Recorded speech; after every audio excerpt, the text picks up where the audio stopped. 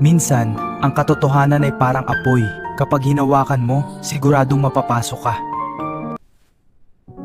Hindi pwedeng siya, hindi pwedeng si Adrian. Bakit bigla siyang umiwas? Ano ang sinabi ni Marco? Kapag may lihim, laging may nagmamaanman sa dilim. Dito nagsimula ang pagbagsak ng kanyang pamilya. At dito rin sisimula ng paghahanap ng buong katotohanan. Tay, sino ba talaga ang may kasalanan? Bakit hindi ka sumasagot sa tawag ko? Hindi ko kailangan magpaliwanag sa'yo.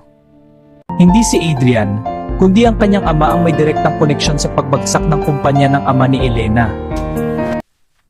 Ang ama ko ang may desisyon noon, hindi ako. Pero dala mo ang apelido niya. Dahil sa pamilya mo nawala ang lahat sa amin. Hindi ko kayang baguhin ang nakaraan pero kaya kong patunayan na hindi ako katulad niya. Ang galit ay parang apoy. Kapag hindi napigil, sisirain ito ang lahat. Sabihin mong wala kang nararamdaman. Mas masakit kung meron na.